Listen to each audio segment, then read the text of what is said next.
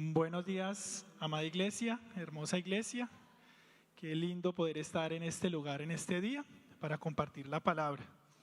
Dice en 2 de Timoteo 3:16 que toda la escritura es inspirada por Dios y útil. ¿Y útil para qué? Para enseñar. ¿Para qué más? Para corregir, para redarguir, para corregir, para instruir en justicia. Y dice aquí el apóstol Pablo que la escritura que ha sido inspirada por Dios tiene un propósito, tiene un fin en nuestras vidas. ¿Cuál es ese fin? Que el hombre de Dios sea perfecto y enteramente preparado para toda buena obra. Entonces, cada vez que nosotros nos acerquemos a la palabra de Dios, nos acerquemos a la Biblia, nos acerquemos a cada uno de los 66 libros que tiene la Biblia, la palabra de Dios, tengamos esto muy presente en nuestros corazones. Que no es solamente un libro informativo, un libro histórico, un libro arqueológico, sino que el propósito último de lo que aquí está escrito es que nosotros seamos perfectos y enteramente preparados para toda buena obra. Y quiero que con ese entendimiento de lo que el apóstol Pablo nos enseña en la segunda carta a Timoteo, oremos en esta mañana. Dígale: Señor, yo creo y confío que tu palabra es útil. Es útil para enseñarme, es útil para redarguirme, para corregirme, para instruirme, Señor. Padre, tú has dejado tu palabra para hablar a nuestros corazones, para hablar a nuestras vidas, para transformarnos. Dice, Señor, que tu palabra es más poderosa y más cortante que una espada de doble filo y que llega hasta lo profundo de nuestro ser y nos escudriña. Y yo te pido, amado Señor, que hoy tu palabra nos permita ser transformados, ser renovados, pero que también a través de ella, Espíritu Santo, tú hoy nos enseñes, nos instruyas, nos corrijas y también nos permita, Señor, evaluarnos y saber qué es lo que hay en nosotros. Amado Padre, en esta mañana yo dejo este tiempo en tus manos, creyendo que tú hablas a nuestros corazones, que tú hablas a nuestras vidas y que tú nos permites conocer y ver tu amor a través de tu palabra.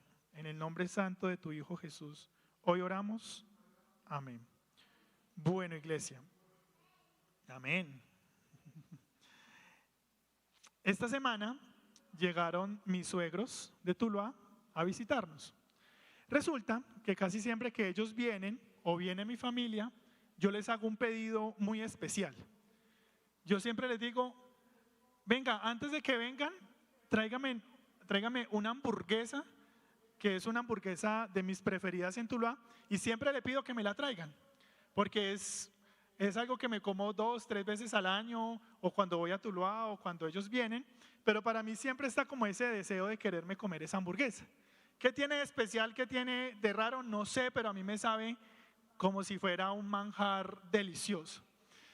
Y resulta que esta semana pues ellos trajeron la hamburguesa y mientras yo la estaba comiendo, disfrutando cada bocado, me acordaba que hace algunos años yo no disfrutaba comer.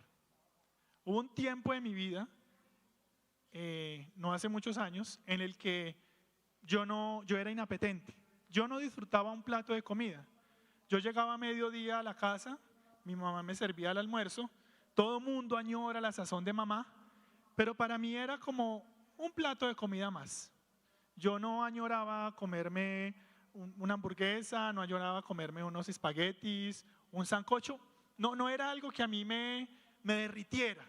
Yo comía porque sabía que había que comer, como por sobrevivir. Y me acuerdo mucho que cuando yo me sentaba ahí en el comedor en la casa con mi familia, yo empezaba a darle vueltas a la sopa, como a revolverla. Y mis hermanos empezaban como: ya no va a comer, ya lo voy a dejar ahí servido. Pero no era porque la sazón de mi mamá no me gustara o porque estuviera maluco, sino que en mí no estaba el deseo de querer comer. Era una inapetencia, como que es comida al fin y al cabo. No lo deseo, no es algo que yo tenga en mi vida. Pero resulta que no solamente era con eso, sino con la vida en sí misma. Yo no disfrutaba pasar tiempo con absolutamente nadie. Si llegaba familia de visita o mi misma familia, yo me iba y me encerraba en mi pieza. Y les estoy diciendo que esto no pasó en mi adolescencia. Esto pasó en mis, ¿cómo se dice? En mis años 20, 23, 22 años. Ya estaba un poquito más grandecito, ya me había graduado de la universidad. Y en mí estaba esa actitud. Como que me fastidiaba tener contacto con cualquier otro ser humano. No me gustaba estar con las otras personas. No me gustaba viajar. Por temas laborales, en la empresa que yo estaba teníamos proyectos en diferentes partes del país y me mandaban. Y yo llegaba, trabajaba y para el hotel y ahí me quedaba. No me interesaba conocer la ciudad donde estaba, no me interesaba ir a hacer paisajismo. A veces paseábamos y paraban en alguna parte, ay venga, miremos este paisaje tan bonito. Y yo, qué pereza. Esa montaña va a seguir ahí durante los próximos 30 años. A mí no me interesa. Y esa era la actitud, una actitud un poquito insoportable. Para mí la vida era un asunto materialista, la gente es consumista y la vida para mí era una vida sin sentido. No tenía sentido para mí vivir. Existía, trabajaba, comía, pero pues todo lo hacía como de una manera muy automática. Vivía en piloto automático. Yo era como el muchacho como, vamos a hacer esto, va a venir su tía de España, vamos a Calima a pasear, Estaba yo ahí existiendo. Y resulta que durante ese tiempo yo sentía que mi vida no tenía sentido. Vivía frustrado porque no podía porque no logré ciertos sueños que tuve.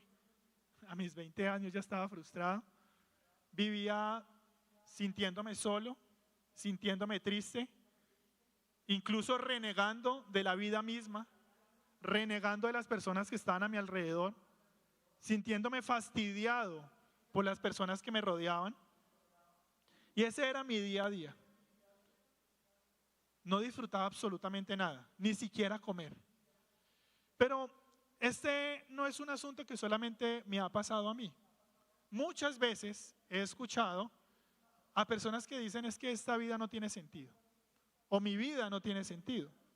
Y yo no sé si algunos de los que estamos aquí han llegado a sentirse así, sentirse que su vida no tiene sentido, que usted es un estorbo en este planeta Tierra, que usted lo único que está haciendo en este planeta Tierra es gastar el oxígeno de otras personas. No sé si ustedes en algún momento se han sentido frustrados con su vida, frustrados con lo que hoy son, o frustrados con su historia de vida, dolidos con su historia de vida, cansados de lo que han vivido, de lo que han transitado. No sé si en algún momento ustedes han llegado a pensar que este mundo o la vida de su familia o la vida de sus hijos o la vida de su esposo o de su esposa fuera mejor si usted no estuviera. No sé si en algún momento han tenido ustedes esa reflexión interna en el que han llegado a pensar que hubiese sido mejor haber sido un aborto, no haber existido, no haber estado aquí, no querer estar en este tiempo, en este lugar, en esta hora, no haber nacido en esta familia, no haber nacido en esta ciudad, probablemente una ciudad más plana, menos fría. No sé si ustedes han llegado a tener ese tipo de pensamientos, pero quiero decirles que no son los únicos. Según la Organización Mundial de la Salud, anualmente en el mundo se presenta un promedio de 800,000 suicidios. Y uno dice esa cifra muy rápida, 800.000 personas de 7.000 millones, 8.000 millones de personas que somos. No son tan poquitos. Ve, no son muchos, son muy poquitos. 800.000 suicidios anuales en promedio. Y muchas veces decimos esa cifra como un dato más, olvidándonos que son 800.000 personas que se sentían así. 800.000 familias que perdieron a un familiar, a un hijo, a un hermano, a un esposo, a un papá, a una mamá. 2 veces Manizales en el año. Personas que deciden quitarse la vida. Y se cree que la cifra puede ascender a 1.200.000 por el subregistro. Porque hay situaciones que parecen accidentales, pero en el trasfondo no se sabe si fue un accidente o fue una decisión deliberada. Carros que se estrellan contra árboles, carros que se van hacia los abismos. En Colombia, en promedio, tenemos alrededor de 3.000 suicidios al año. Y Manizales, la ciudad donde nosotros hoy vivimos, es la segunda ciudad con mayor registro y porcentaje a nivel nacional. Por mucho tiempo fuimos la primera, ahorita somos la segunda. La Organización Mundial de la Salud también estima que en el mundo hay alrededor de 280 millones de personas que viven con depresión, con diagnóstico de depresión. Aquí también hay un subregistro profundo de personas que no han sido diagnosticadas con depresión, pero que se sienten así, como les estaba contando. Y también estima la Organización Mundial de la Salud que alrededor de 300 millones de personas viven con ansiedad.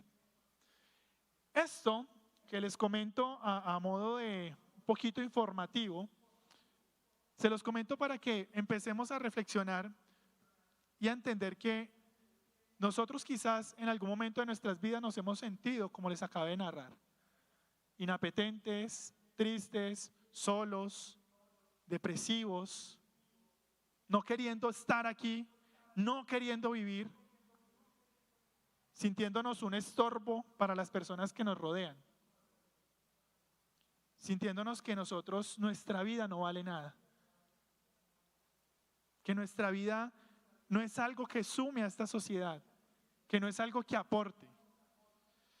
Y según algunos estudios, la pandemia del siglo XXI son las enfermedades de salud mental o los trastornos de salud mental. Y en algunos análisis que se han hecho, entre muchos de los factores que puedan pasar alrededor de estas situaciones, encontramos 2 factores sociales por los cuales las personas como nosotros, creyentes y no creyentes, llegamos a sentirnos de esta manera. La primera es que nosotros vivimos en la sociedad del instantáneo, en la sociedad en lo que hay que atender esto ya, en la sociedad en donde omitimos el anuncio porque ya no soporto 5 segundos de anuncio y me enojo si me meten 2 anuncios y me emberraco si me meten 3 porque YouTube ya está un poquito descarado metiéndole 1, 3, 4 anuncios. Y quiero omitir, y uno espera como que la bolita empiece a cargar y apenas medio cargue, ¡pum!, omitir. La sociedad donde la televisión ha ido muriendo porque a la gente no le gusta ver propagandas. La sociedad que consume una serie de 8 capítulos en una sola noche. Y hablamos de maratonear series. Y nos enorgullecemos de, yo me maratoneé La Casa de Papel en todo un fin de semana. ¿Cuántas horas gastó? Alrededor de 36 horas viéndome esa serie. Me vi hoy toda la saga del Señor de los Anillos de cada película que dura 3 horas 20 minutos en un solo día. Porque me la quiero ver ya, no quiero esperar el próximo capítulo. La sociedad que se enoja y se azara si el taxi no llega ya en este momento, o si el conductor de la buseta no avanza un poquito rápido. La sociedad que se enoja cuando delante de uno va un señor adulto mayor caminando muy lento, por la 23. Y uno empieza a buscar cómo lo esquivo, cómo lo sobrepaso, porque necesito llegar ya. Necesito llegar ya, necesito que todo sea ya. Tenemos que cumplir metas. Si usted a los 21 años no es profesional, usted ya no es nadie. Si a los 25 años ya no tiene una maestría, usted ya no es nadie. Si a los 30 años ya no tiene un doctorado, perdió su vida. La sociedad en lo que todo lo tenemos que cumplir ya. Usted tiene que tener riqueza. Tiene que ser una persona rica en cuanto pueda. Es necesario que emprenda y que en el primer año de su emprendimiento usted ya empiece a tener ventas por encima de los 100 millones de pesos, o si no, está haciendo usted las cosas mal. Y no es algo que yo diga, es cosas que uno escucha. Solo es abrir el Instagram, abrir una red social y empezar a ver reels. Y entre todos esos reels, usted va a encontrar la sociedad de lo inmediato, la sociedad de lo que quiere que todo se cumpla en este momento. Por ahí hace poquito salió una canción que se volvió muy pegajosa, no cristiana, pero se volvió muy pegajosa. Hicieron como diferentes videitos. Y en la canción el man dice, yo quiero plata, plata, plata y sentirme rico para comprar cosas que no necesito. Y esa es la base de esta sociedad. Temu, ir a Dollar City, peligroso, porque terminamos queriendo comprar cosas y deseo esto y anhelo esto. Y no estoy diciendo que tener expectativas financieras esté mal. Estoy diciendo es dónde está nuestro corazón en esto. Y nos frustramos. Una de las principales causas de esas frustraciones, de sentirnos que estamos en una vida sin sentido, es porque no alcanzamos a cumplir las expectativas de este mundo. Las redes sociales se han vuelto un lugar muy peligroso. En Australia, hace algunos años, el gobierno se preocupó mucho porque una chica subió una story con encuesta que decía, ¿mi vida tiene sentido? Sí, no. El 70% de las personas votaron que sí, el 30% de las personas votaron que no. Y la chica tomó la decisión de quitarse la vida. Y esto llevó a generar muchas reflexiones frente a qué es lo que está generando también las redes sociales en los corazones de las personas. ¿Qué está pasando? En estos países ya se han avanzado regulaciones legales frente al acceso de las redes sociales para personas incluso mayores de 18 años. Pero no solamente afecta a los adolescentes, nos afecta a nosotros, a los adultos. Vemos el reel de una familia perfecta y uno se frustra porque mi esposo no es así, porque mi esposa no es así. Mi esposa hace 2 añitos nació Oliver y ver reels de maternidad era frustrante. Hoy te enseño en 5 pasos cómo hacer que tu hijo se duerma durante 12 horas en el primer mes de vida. Y nosotros veíamos, mira, primero, frustrante, maternidades perfectas y uno era como, ¿cómo lo hacen? Y eso frustra, porque estamos en la sociedad de lo que hay que cumplir ya. Y no solamente eso, es que esta sociedad también nos lleva a que nosotros tomemos la decisión ya. Decisiones apresuradas. Cómpralo ya, se te acaba la promoción, te llega el mensajito. Compra ya, Temu, tienes 30 minutos para acceder a esta promoción. Compra ya, baje ya, descargue ya. Y estamos todo el tiempo como a la merced de que las cosas sean así. Por algo existe el por 2 en el WhatsApp. Porque no tenemos tiempo para escuchar a un audio de una persona que habla lento. Hola, Diego, ¿cómo estás? Mira, Diego, no, venga, por 2, al punto, al grano. O lo adelanto, venga, saluditos para otro lado. Y esa ha sido una de las primeras razones que han establecido que lleva a las personas a que se sientan frustradas y cansadas con su vida, porque no alcanzamos esa expectativa. Pero la segunda es que hemos perdido el contacto. Hemos perdido la vida relacional. Somos una sociedad que vive en la soledad. Una sociedad que se ha aislado. Nos hemos desconectado, hemos perdido el contacto. No hablamos entre nosotros. No me llame. A mí no me gusta que me llamen. Escríbame mejor por WhatsApp. No, hagamos una videollamada mejor. ¿Para qué ir a tomar un café? No. Ay, ¿para qué ir a visitar a mis papás? Ya no tengo tiempo. Cortamos relaciones, desechamos personas. Zygmunt Bauman, que es un sociólogo, escribió una serie de libros alrededor de la sociedad líquida. Y uno de sus libros se llama El amor líquido. Y él habla en cómo hoy las personas desechan fácilmente. Ya no me sirves, ya adiós. Si mis papás no me sirven para mis expectativas de vida, puedo cortar relaciones. Y no te tienes que sentir culpable. Si esa persona ya no sirve en tu vida, si estén casados, si le haya jurado para toda la eternidad estar juntos, deséchala, ya no sirve. Supérate. Cree en ti mismo, eres fuerte, eres poderoso. Hemos perdido el contacto y nos hemos sentido bien caminando solos. Nos hemos sentido bien aislándonos, porque al estar aislado no tengo que lidiar con el otro. No tengo que lidiar con sus problemas, con sus traumas, con sus dolores, con sus achaques, con sus caprichos. Mejor solito. Y esas dos situaciones han llevado a que esta sociedad y este siglo sea el siglo donde las enfermedades y los trastornos de salud mental se han elevado de una manera gigante. Y nos está consumiendo. Y no es un asunto que esté pasando fuera de estas paredes. Es un asunto que nos pasa a nosotros también, aún creyendo en Dios. Porque también dentro del evangelio se han establecido unas expectativas del cristianismo que uno dice, ¿cómo llego yo allá? Y el Señor te va a prosperar y tú tienes que ser rico porque la pobreza es un asunto de maldición. Y la gente frustrada porque no llega a ser rico. Y tú tienes que ser sano porque tu enfermedad es producto del pecado. Y la gente frustrada porque está enferma, enojada con Dios porque sigue enferma, porque sigue teniendo problemas económicos, frustrados, cansados. Y yo no sé cuál es su posición en este momento, pero les invito a que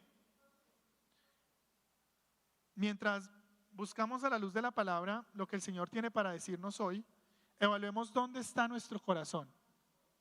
¿Cómo nos hemos sentido nosotros respecto a nuestra propia vida? A la vida que Dios nos dio, al lugar donde Dios nos puso, a la familia donde Dios decidió ponernos. Vamos a ver la historia de un hombre de Dios que Dios usó de una manera sorprendente, que para el día de hoy sería el apóstol y el profeta de los profetas. Un hombre que Dios usó de una manera tan especial en su tiempo, y este hombre fue Elías. Todos aquí hemos escuchado ese nombre, Elías, el profeta Elías. El profeta que le dijo al rey Acab, durante 3 años no va a haber lluvia en todo su reinado. No va a haber lluvia. Y esto confrontando un poquito al Dios al cual Acab y su esposa Jezabel habían decidido adorar, al Dios Baal, el Dios de la lluvia y de la agricultura. Y llega y le dice Elías, mire, usted por más que crea en ese Dios de la lluvia, durante 3 años no va a llover. Después Dios le dice a Elías, váyase a tal arroyo, al arroyo de Querit, tranquilo que yo allá lo voy a alimentar. Y dice la palabra que Dios alimentó a Elías por medio de cuervos. Ahí podríamos hacer cualquier análisis intertextual, si realmente eran las aves cuervos o otra figura conforme a la traducción. Pero Dios, independientemente que hayan sido cuervos o mensajeros, Dios sostuvo a Elías. Y después le dice, Elías, mire, váyase para Sarepta. Usted allá va a encontrar una mujer, pero no una mujer millonaria, una mujer que tenía un poquito de harina, un poquito de aceite y que dijo, esto es lo único que tengo para echarme a morir. Y llega Elías a ese lugar, le dice, venga, prepárenme a mí primero, antes que ustedes. Y dice la palabra que nunca les faltó la harina, el aceite, hasta que se terminó la sequía. Y resulta que durante esa visita de Elías, el hijo de la señora se muere. Y va Elías y ora por el hijo de la viuda y lo resucita. O sea, un hombre que Dios había puesto en ese tiempo para cumplir asuntos muy específicos. Y resulta que ya el Señor le dice a Elías que vaya y confronte a Acab y al pueblo de Israel, porque el pueblo de Israel, por orden de Acab y de Jezabel, estaba adorando a los dioses Moloc y Baal. Al principio por orden, pero después el pueblo de Israel llevó su corazón a adorar a estos dioses.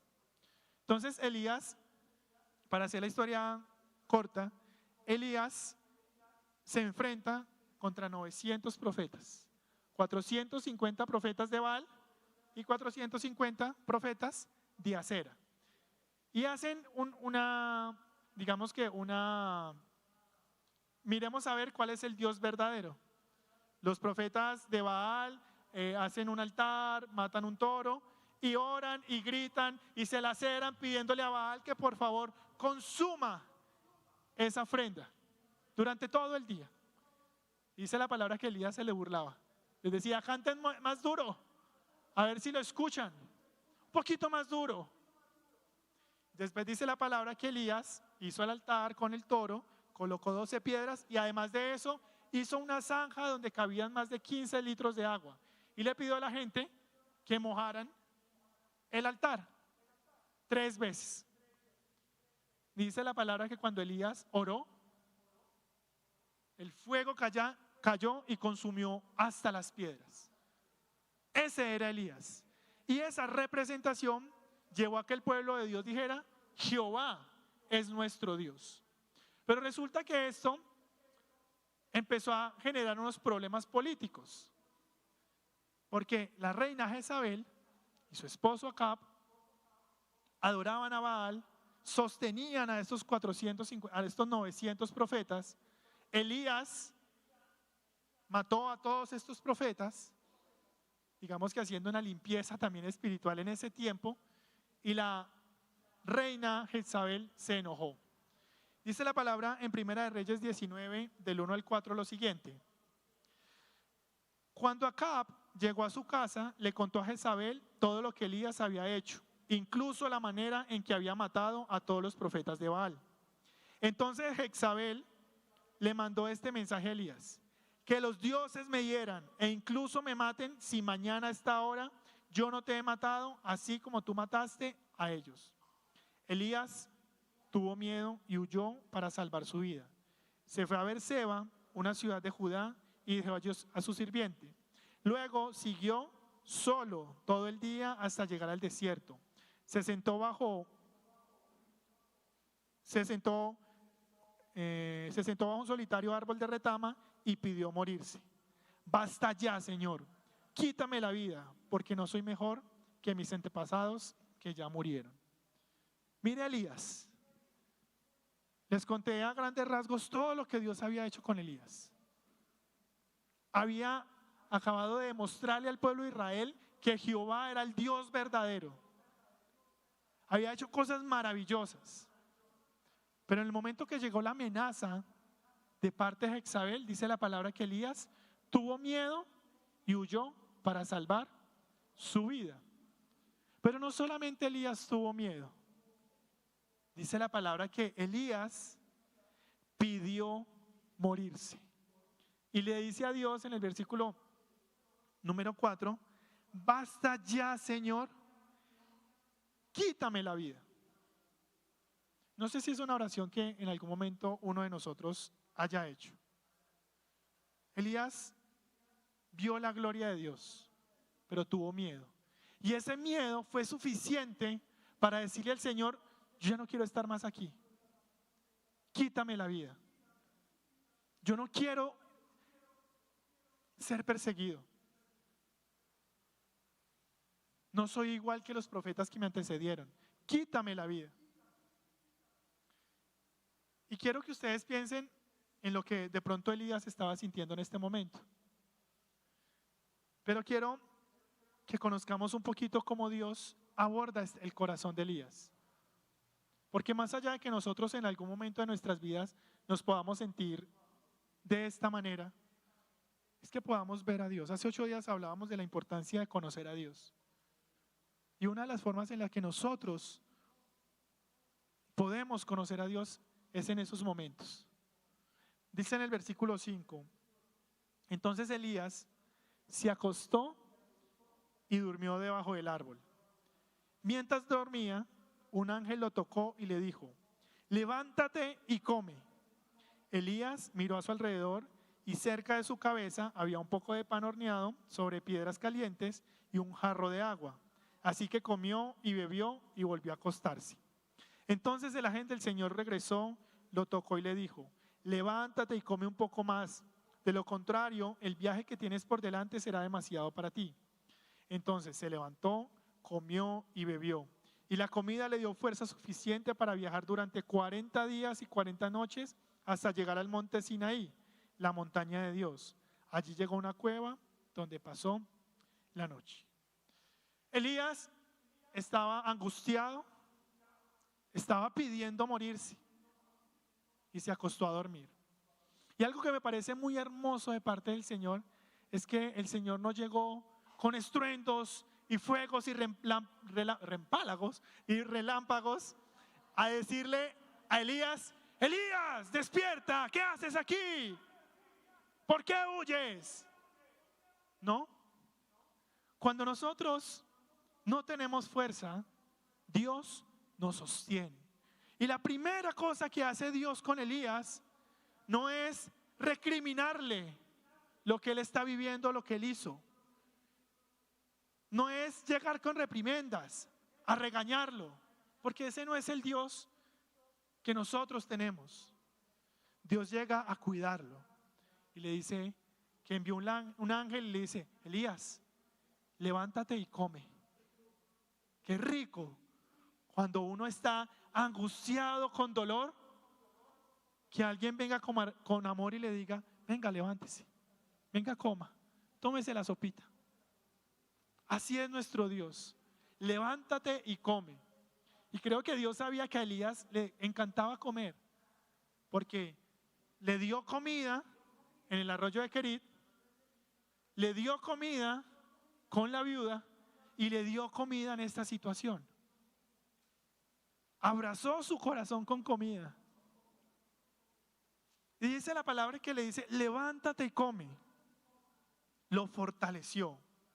Muchas veces nosotros, cuando estamos agotados, cuando estamos cansados, cuando no podemos más, Dios está dispuesto a decirnos: venga, levántese, venga, papito, porque Él es Padre. Venga, levántate, ven para acá, siéntese aquí. Yo no sé, ustedes en algún momento han estado tan adoloridos del corazón que ustedes no quieren pararse, que uno no quiere nada, que uno quiere quedarse en la cama ahí moribundo. Y a veces llega la mamá, papá, el esposo, alguien le dice: venga, venga, coma alguito. Y es como ese cuidado: venga, coma alguito, no se quede ahí, tómese así sea una sopita. Y Dios es igual: venga, levántate y come. Y le da suficiente comida para que Elías pueda aguantar 40 días y 40 noches caminando por el desierto hasta llegar a la montaña de Dios, al monte Sinaí. Y quiero que ustedes puedan entender esta verdad, y es que cuando nosotros estamos agotados, Dios nos alimenta no solamente el alma, el cuerpo, sino también nuestro espíritu.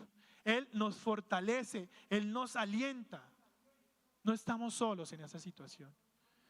Y dice la palabra, sigue diciendo en el versículo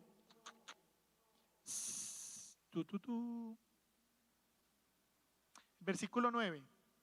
Entonces el Señor le dijo a Elías: ¿qué haces? Ya Elías se fue hasta la cueva y Dios le dice: ¿qué haces aquí, Elías? Y Elías le dice: he servido con gran celo al Señor Dios Todopoderoso, pero el pueblo de Israel ha roto su pacto, derribó tus altares y mató a cada uno de tus profetas. Yo soy el único que queda con vida y ahora me buscan para matarme a mí también. El Señor le dijo: sal y ponte de pie delante de mí en la montaña. Elías se estaba sintiendo solo. Y no solamente, digamos que físicamente, sino que él decía, yo soy el único profeta que queda. Yo estoy solo. Me están buscando para matarme. Estoy solo, Señor. Y aquí hay algo muy lindo, porque es que cuando nosotros nos estamos sintiendo solos, el Señor desea escucharnos. Porque Dios le dice a Elías, sal, ponte de pie y ponte delante de mí. Cuando nosotros nos sintamos solos, recordemos que el Señor quiere escucharnos.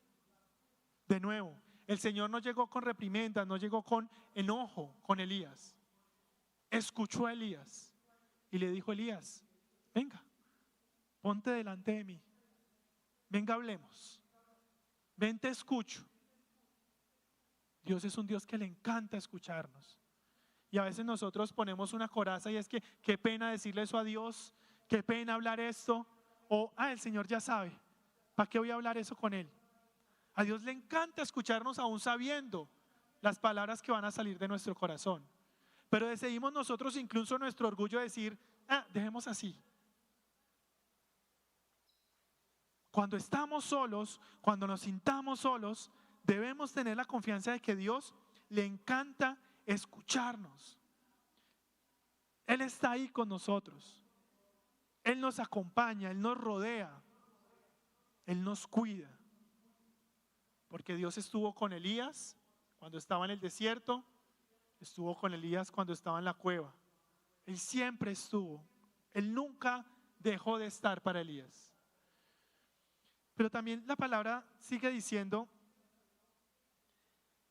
el Señor le dijo, versículo 11, sal y ponte de pie delante de mí en la montaña. Mientras Elías estaba de pie allí, el Señor pasó y un viento fuerte e impetuoso azotó la montaña. La ráfaga fue tan tremenda que las rocas se aflojaron, pero el Señor no estaba en el viento. Después del viento hubo un terremoto, pero el Señor no estaba en el terremoto. Pasado el terremoto hubo un incendio, pero el Señor no estaba en el incendio. Y después del incendio hubo un suave susurro. Cuando Elías lo oyó, se cubrió la cara con su manto, salió y se paró a la entrada de la cueva. Entonces una voz le dijo, ¿qué haces aquí, Elías? Aquí me parece muy lindo porque el Señor permite que Elías pueda ver diferentes fenómenos naturales en los que a veces uno espera escuchar a Dios. Uno espera escuchar a Dios como un grito, como una voz audible que me llama y me despierta y me da fuerza y fortaleza. Pero Dios le habló a Elías a través del susurro. Dios le susurró a Elías. Muchas veces nosotros tenemos muchos ruidos en nuestra alma, muchos ruidos en donde nosotros estamos, ruidos que no nos permiten escuchar a Dios, preocupaciones, los servicios, el arrendo, el trabajo, el niño, mi esposa. No puedo, no soy capaz. ¿Para dónde voy? No me siento bien, estoy triste. Y estamos con ese ruido interno, ese terremoto interno. Pero Dios lleva a Elías a la calma. Lleva a Elías a que él esté calmado. Y en este mundo en el que nosotros estamos, que estamos corriendo todo el tiempo, que estamos tratando de solucionar, que estamos tratando de atender el almuerzo, el desayuno, la comida, mi esposo aquí, no tenemos tiempo para tener un momento de calma con el Señor. Estamos todo el tiempo buscando la tarea. Hay un filósofo surcoreano, se me va el nombre, que él escribió un libro que se llama, o tiene una teoría alrededor de la sociedad del cansancio. Y él dice, la sociedad de hoy en día está cansada, está agotada, porque todo el tiempo está haciendo. Duermen 4 horas y nos sentimos orgullosos porque dormí 4 horas.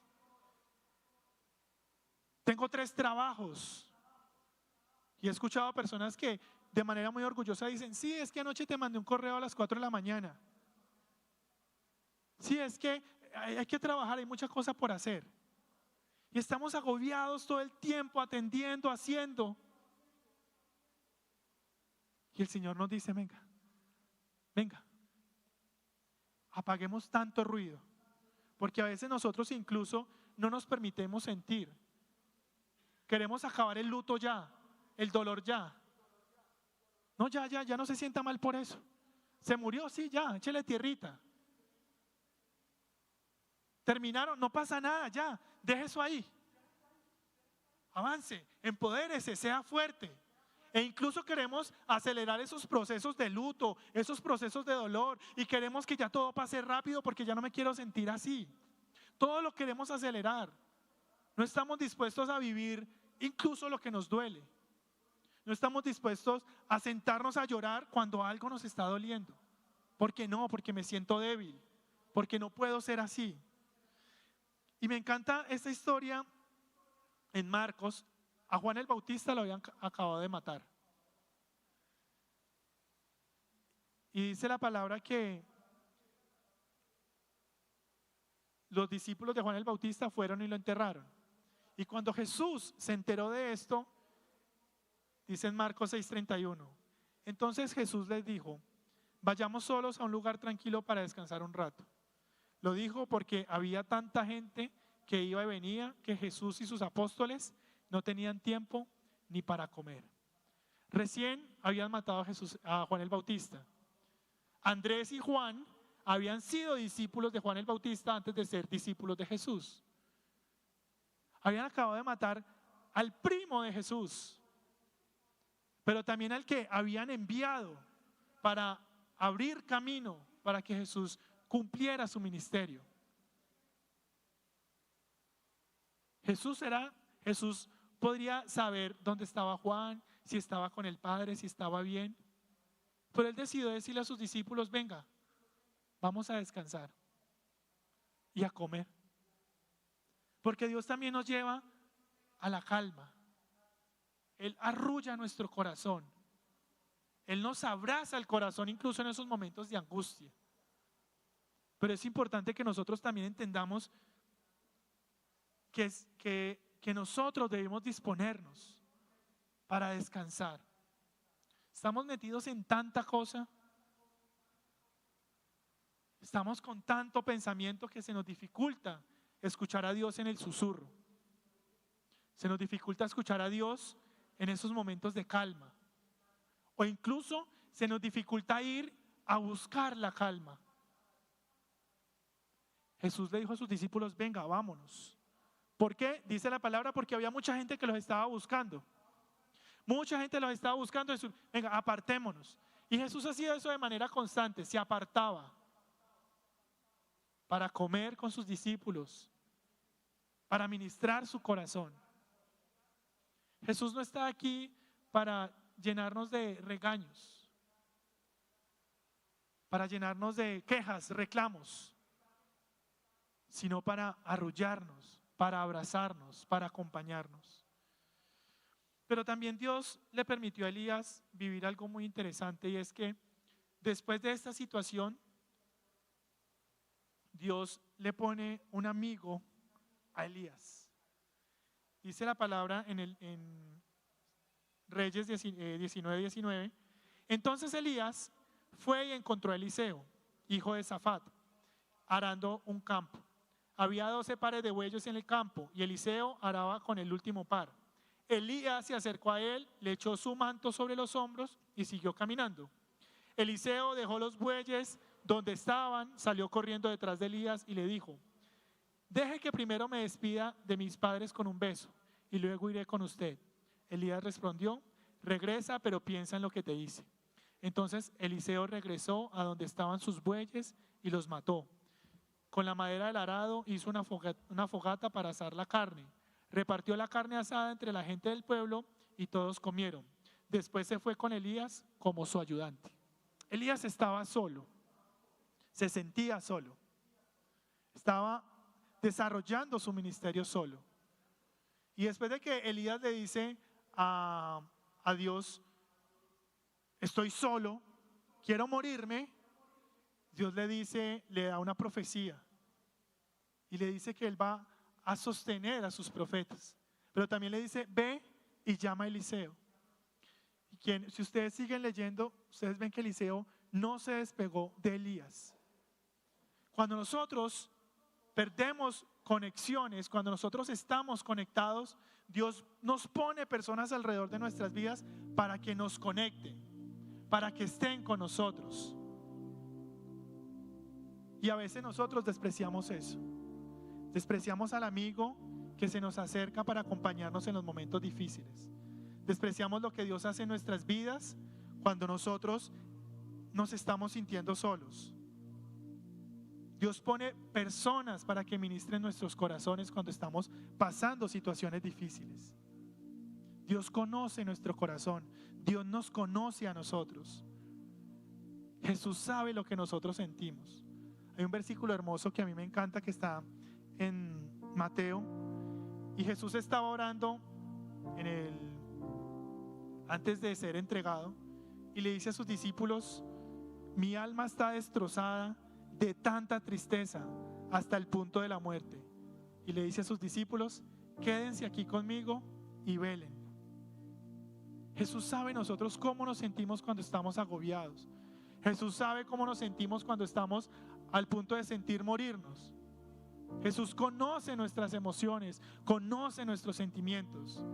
Por eso Él nos sostiene, nos alimenta, nos acompaña, nos lleva a la calma, ministra nuestro corazón y también pone personas a nuestro alrededor para que nos acompañen.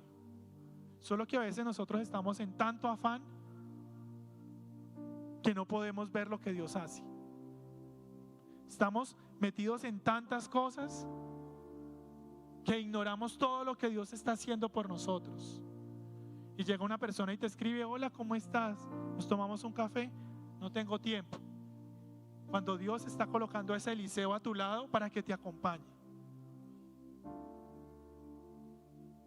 Tómese, y dice el jefe: venga, ¿por qué no se toma este fin de semana? No, hay que trabajar. Cuando de pronto Dios le está diciendo a su jefe: déjelo descansar, que yo necesito hablar a su corazón.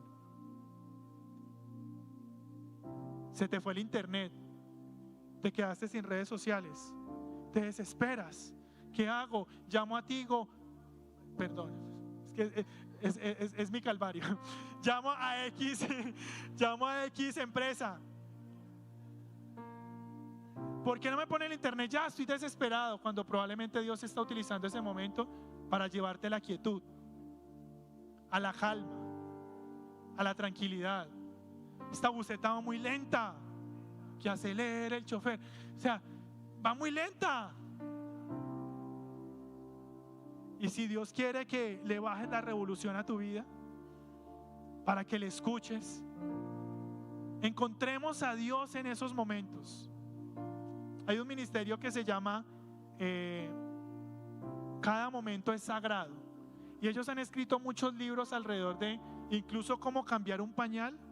Debe ser algo en lo que uno debe ser consciente de lo que Dios puede hacer ahí con nuestros corazones. Entonces tienen libros de Cada Momento es Sagrado para trabajar, para ir a estudiar. Cuando dejas a tus hijos en el colegio, es un momento y ellos reflexionan alrededor de lo que pasa en nuestros corazones cuando nos desprendemos de nuestros hijos y cómo Dios está ahí. Aprendamos a ver a Dios en absolutamente todo, y ahí nuestra vida va a empezar a cobrar sentido. El sentido de la vida no está en lo que nosotros hacemos o podemos hacer o podemos lograr.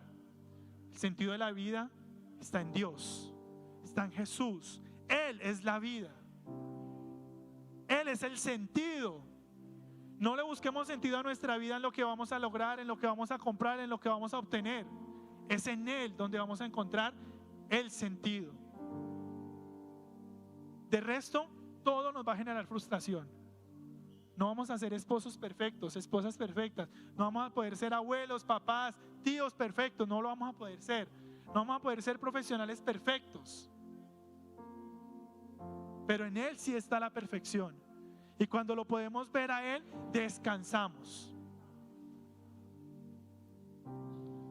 Quiero terminar con este salmo de David. Quienes han leído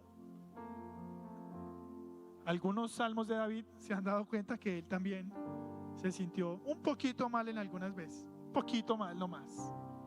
Y dice David, Salmo 140 del 1 al 3, con paciencia, con quietud, con calma, esperé que el Señor me ayudara.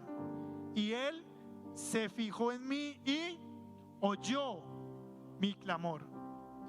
Me sacó del foso de la desesperación, del lodo y del fango. Puso mis pies sobre el suelo firme y a medida que yo caminaba, me estabilizó. Me dio un canto nuevo para entonar, un himno de alabanza a nuestro Dios. Muchos verán lo que Él hizo y quedarán asombrados. Pondrán su confianza en el Señor. Probablemente en este momento nos sintamos en el lodo, hundidos, pero confiemos que el Señor nos puede sacar, nos pone en tierra firme y nos estabiliza. Es confiar. Conocer a Dios es una tarea de día a día confiar en lo que Él puede hacer en nuestras vidas, que lo podamos mirar a Él.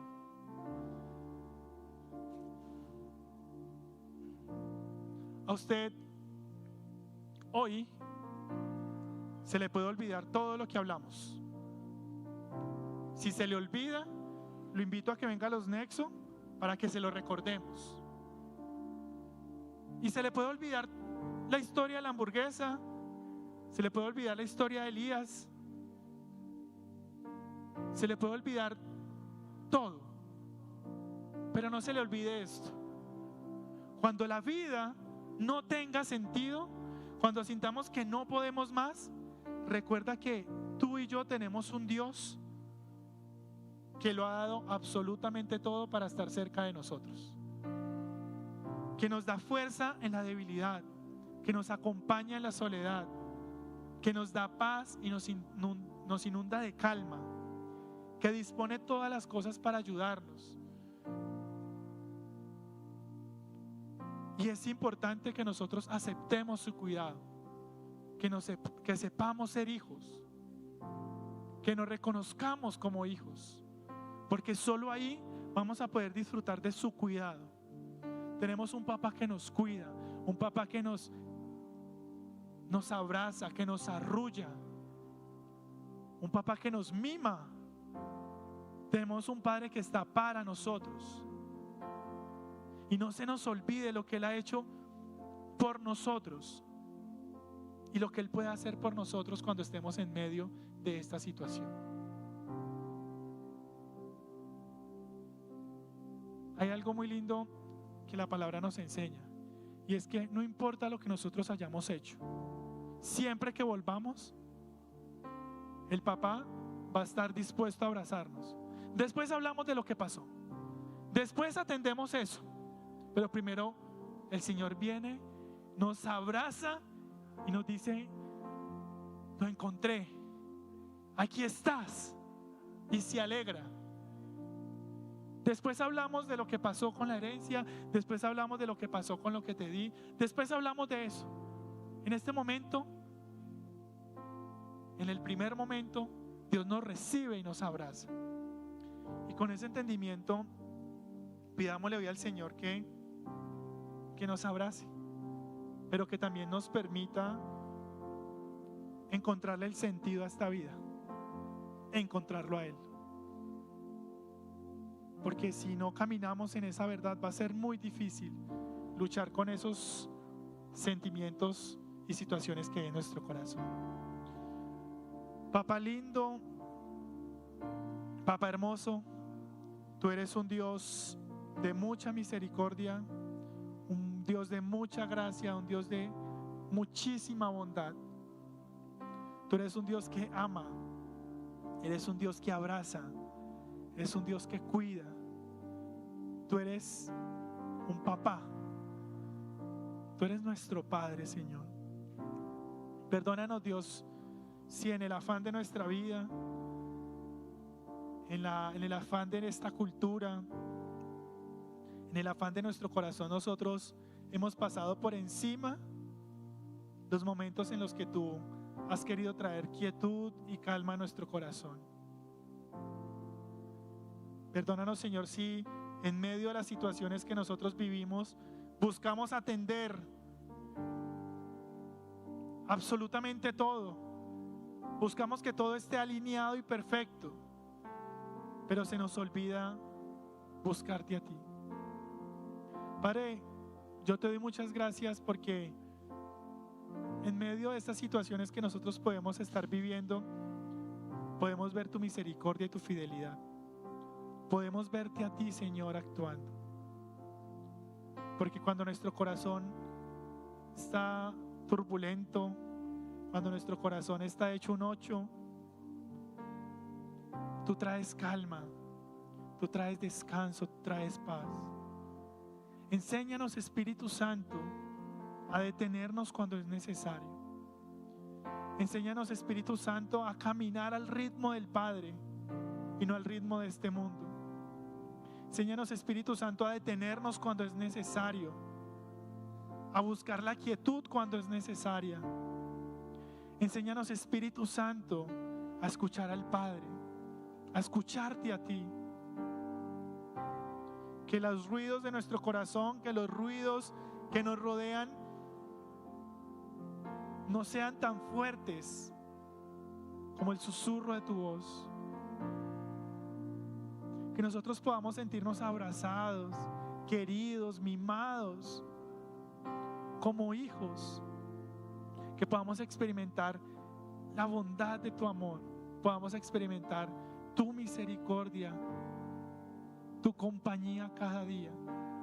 Padre, yo no sé cómo están los corazones de mis hermanos, pero tú sí examinas y evalúas cada corazón. Yo te pido, Señor, que hoy tú traigas un descanso, traigas la paz a esos corazones que dicen que esta vida no tiene sentido. Tráele la paz y la quietud a esos corazones que en este momento están turbados y están angustiados, que están preocupados por muchas cosas, y que tú puedas afirmar en nuestros corazones esta verdad: que tú eres un Dios que sustenta, que tú eres un Dios que sostiene, que tú eres un Dios que cuida, que tú eres un Dios que acompaña, que tú eres un Dios que nos trae paz, que nos da calma, que tú eres un Dios que provee, que está para cuando nosotros lo necesitamos. Que esa verdad esté arraigada en nosotros y que podamos vivir conforme a esa verdad. Pero también enséñanos a discernir y a entender los momentos en los que tú quieres hablar a nuestro corazón. Que podamos apreciar y abrazar a esas personas que tú pones a nuestro alrededor para alimentar nuestro corazón. Que podamos abrazar y amar los momentos en los que tú nos mandas a estar quietos, los momentos en los que tú nos llamas a la calma y a la quietud. Que podamos entender todo este proceso, Señor, en nuestra vida con amor, y que lo podamos abrazar. Que no estemos mirando más los afanes de este mundo, y que podamos encontrar el sentido de la vida en ti. Tú eres el camino, tú eres la verdad, tú eres la vida, y allí nosotros podremos encontrar el sentido, no en otras cosas, sino en ti. Permite, Señor, que esta palabra se haga viva y eficaz en nuestro diario vivir. Que hoy en la tarde, mañana, el martes que vayamos a trabajar, en medio de tanta cosa que hay que asumir, podamos vivir esta realidad. Es que tú eres un Dios de la calma, un Dios que acompaña, un Dios de la paz. Que tú eres la verdad, que tú eres la vida. Ayúdanos, Espíritu Santo, a recordar esta palabra durante esta semana, y que nuestra vida, Señor, empiece a encontrar sentido en ti. Es lo único que te pido, Señor. En el nombre santo de tu Hijo Jesús, hoy oramos. Nos despedimos, Señor, de este lugar, pero creemos, Señor, que tú nos acompañas y que tú estás con nosotros. Permítenos disfrutar este día y esta semana, y que tu presencia, Señor, nos acompañe donde sea que vayamos. En el nombre de Cristo Jesús, hoy oramos. Amén. Iglesia, Dios les bendiga, los amamos mucho.